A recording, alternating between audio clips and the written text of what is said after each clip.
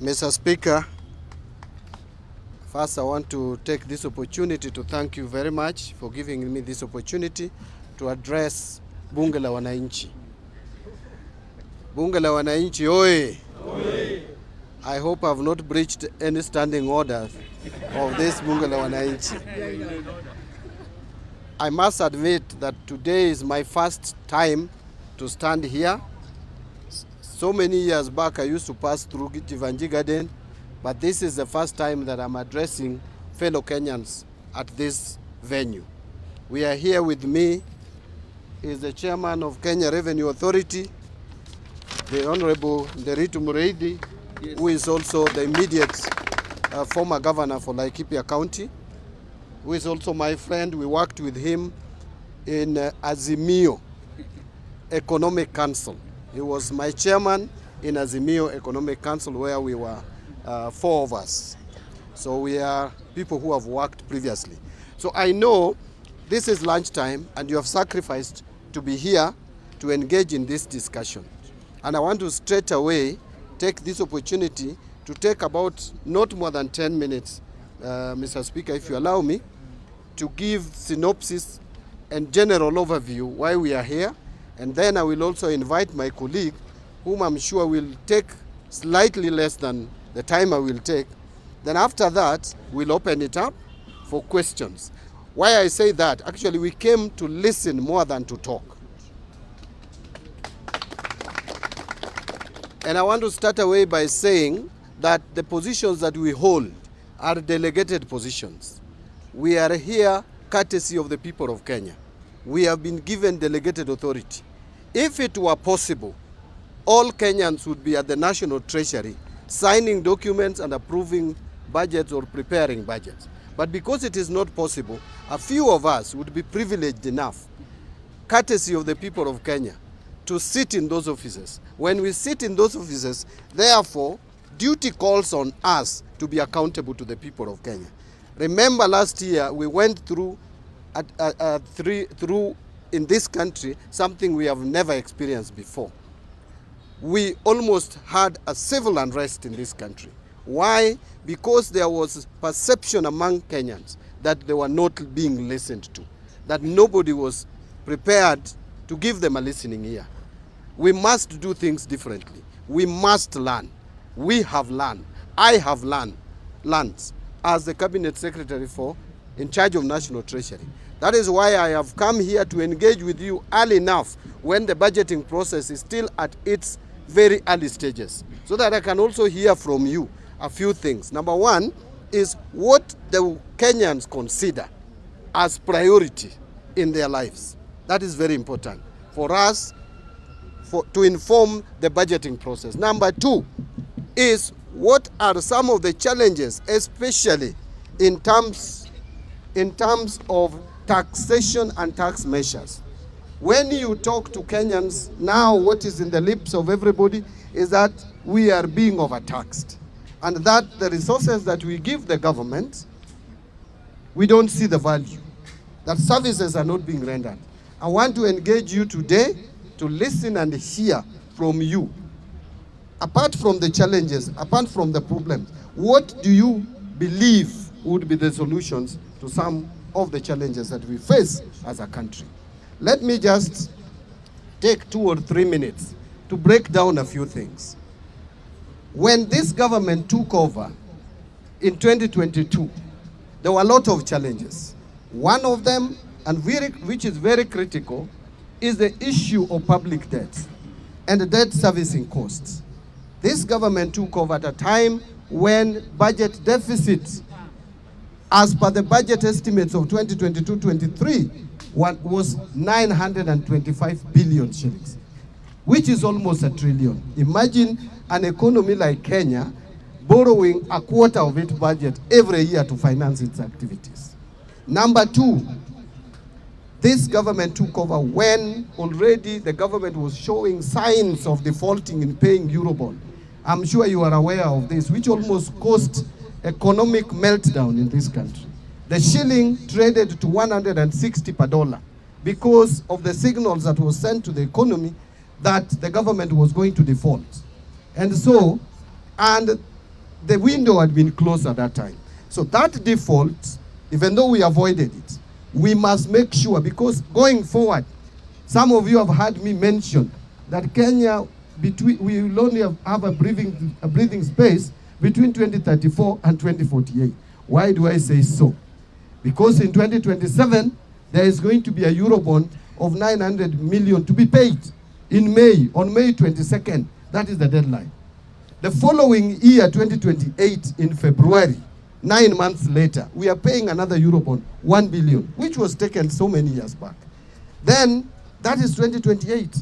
2029 is 1.2. Then 2031, we have 1.5. And then 2034, we have another 1.2. So the only time that we don't have Eurobond to repay is between 2034 and 2048. As a country, if we are responsible in managing our finances, we cannot wait until 2027 to be able to retire or pay some of these debts. If we do so, it will send a wrong signal to the economy, and we will be back to where we were early last year. Let me mention the second thing. The second thing is, where are we now? Are we doing okay? The answer is no. We are not doing okay, but we are better than yesterday. Why do I say we are better than yesterday? There is this rating that has come out from the Moody's. Some people think ni mushene. This is not mushene. This is factual. But how was this informed? The credit rating is all about the ability of a country to repay its debts. And that can only be assessed from certain parameters, from certain fundamentals. The key fundamental is inflation rate. Our inflation rate has showed signs of coming down. It was 9.6 in October 2022.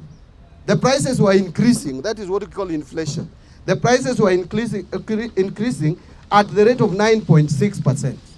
That has come down now to 3.3%. That has given a good indicator to the market. The second one, and I want to move very quickly. The second one is, how does government borrow? What is the rate of interest? Remember, just a few months ago when I took over office, we were borrowing at 15.6%. The government was borrowing through treasury bills, the 91-day treasury bill. We were paying 15.6%. Today, as we speak, that has come down to 9.5%, below 10%, single digit for the first time. That has given good indicators that we can be able to borrow money cheaply to retire expensive loans. Because what we are doing with the domestic borrowing is we are borrowing to repay what we had. So if you are borrowing cheaply to repay an expensive loan, that is the only way you can get out of debt trap. Even at home, if you want to come out of debt, ile fuliza, tuanze na Shylock, kabla tujaenda fuliza. If you have a Shylock of 30%, you go for fuliza, isn't it? Say fuliza charges you 12%. If you find a friend who can give you the same amount, and you only pay 5%, you will borrow that and pay fuliza. That is how domestic borrowing works. Finally, is the issue of foreign exchange. For us to pay loan, external loan, we must pay it in dollars and other hard currencies. So a country must demonstrate that they have enough reserves to pay any loan should it fall due. Now, Kenya for a long time has had only 2 billion, 3 billion US dollars. 2 billion, 3 billion, which is just 1 month cover of imports. Because for us to buy imports, we must pay in hard currency. Right now, we have in the central bank reserves of 9.5 billion USD, which would cover our imports for 4 months, 4.9 months. That's almost 5 months. Now, as I conclude, someone will ask, Mbadi, you are telling us all this. The shilling is stable, yes. All these things you are telling us. Moody has rated you positively. Where is money in my pocket? I know that was going to come here, to come up here. Mr. Speaker, if I still have a few minutes, maybe 2 or 3, then I call my colleague.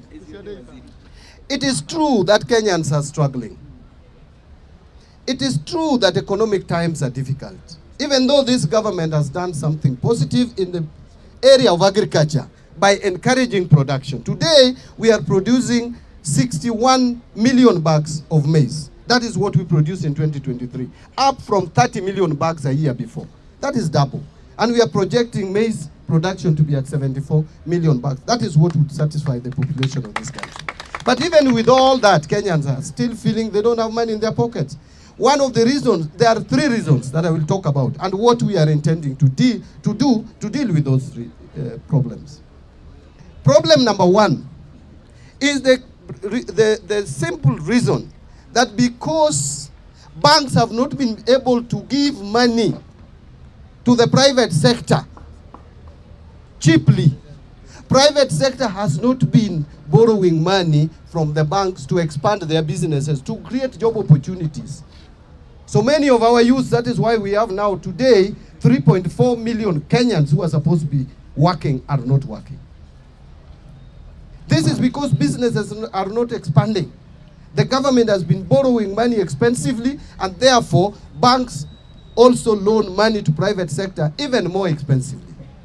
You have started seeing banks lowering interest rates because of the deliberate efforts taken by government to reduce government borrowing and reduce interest rates so that private sector can borrow money, create job opportunities for many of you. You see, you may be earning the same salary, 100,000. But if your sister is unemployed, your brother is unemployed, they will all depend on your 100 shillings. You will not see money in your pocket.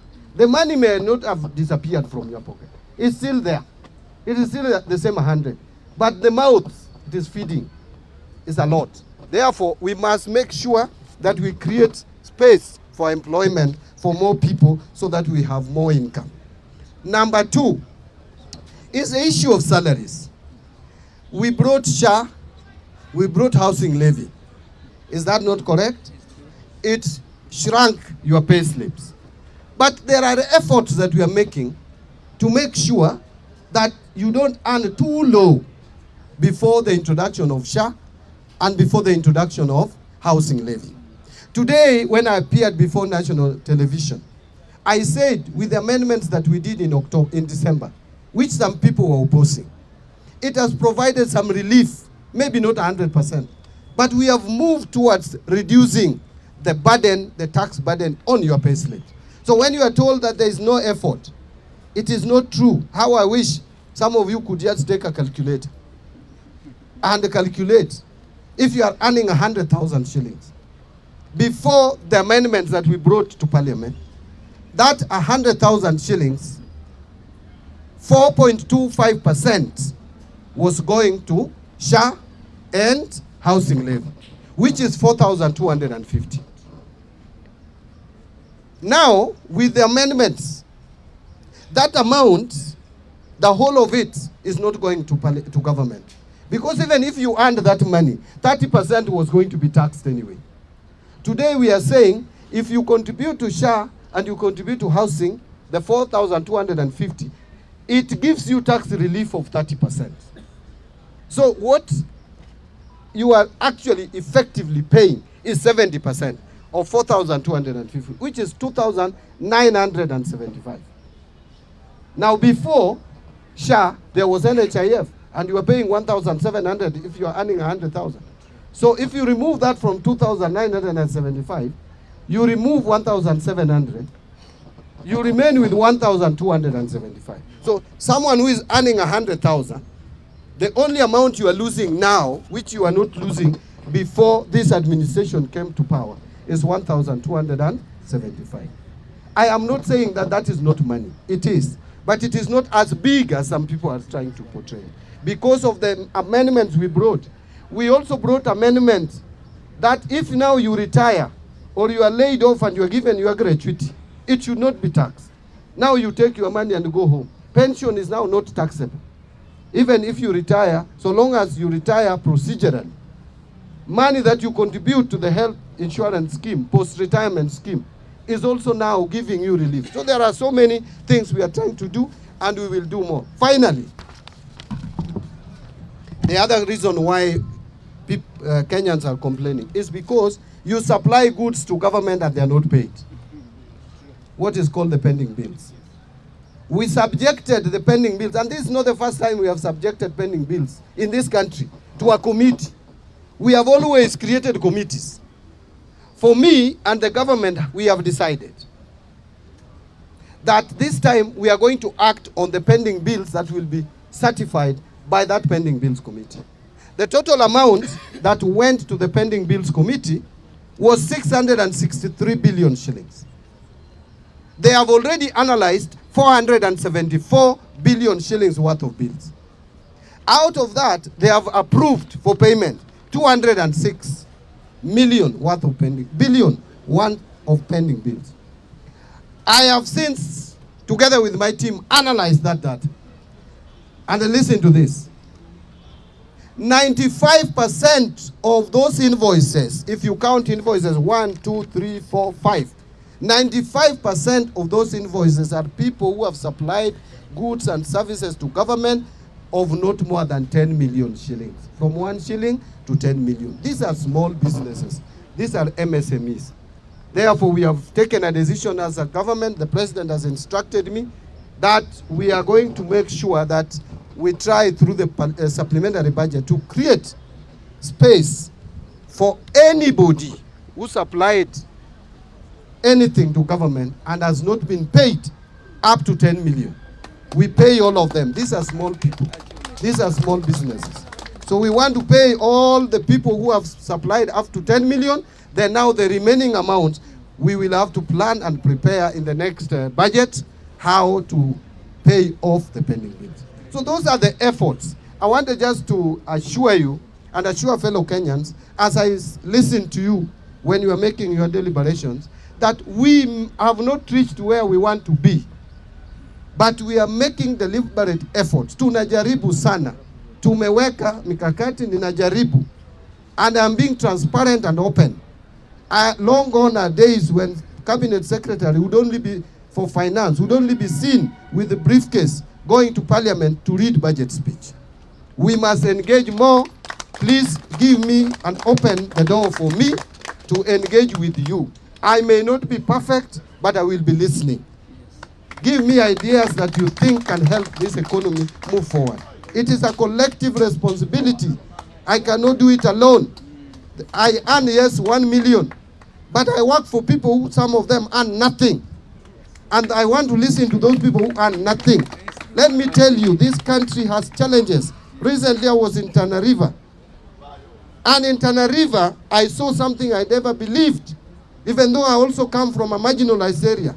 Remember, since independence to date, the children of Oromo, or Orma, Pokomo, crossing the river to school, have been eaten by crocodiles for all these years just because Kenya government could not commit 100 million shillings to put up a bridge. Yet, we steal monies every day in government offices, worth billions of shillings.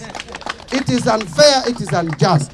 We must look for ways of making sure that the whole of this country, whatever little resources we have, it is spread equally in the country to attend to our needs.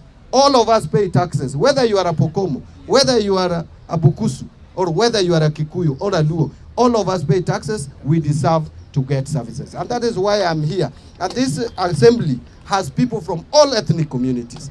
Let us speak openly. Let us respect each other. I respect any opinion, however you put it. Just tell me what you think. Even if you think Mbadi ninafanya kazi bure sana, National Treasury, tell me so that I may consider whether to resign or to continue with my work. Otherwise, let me take this opportunity and invite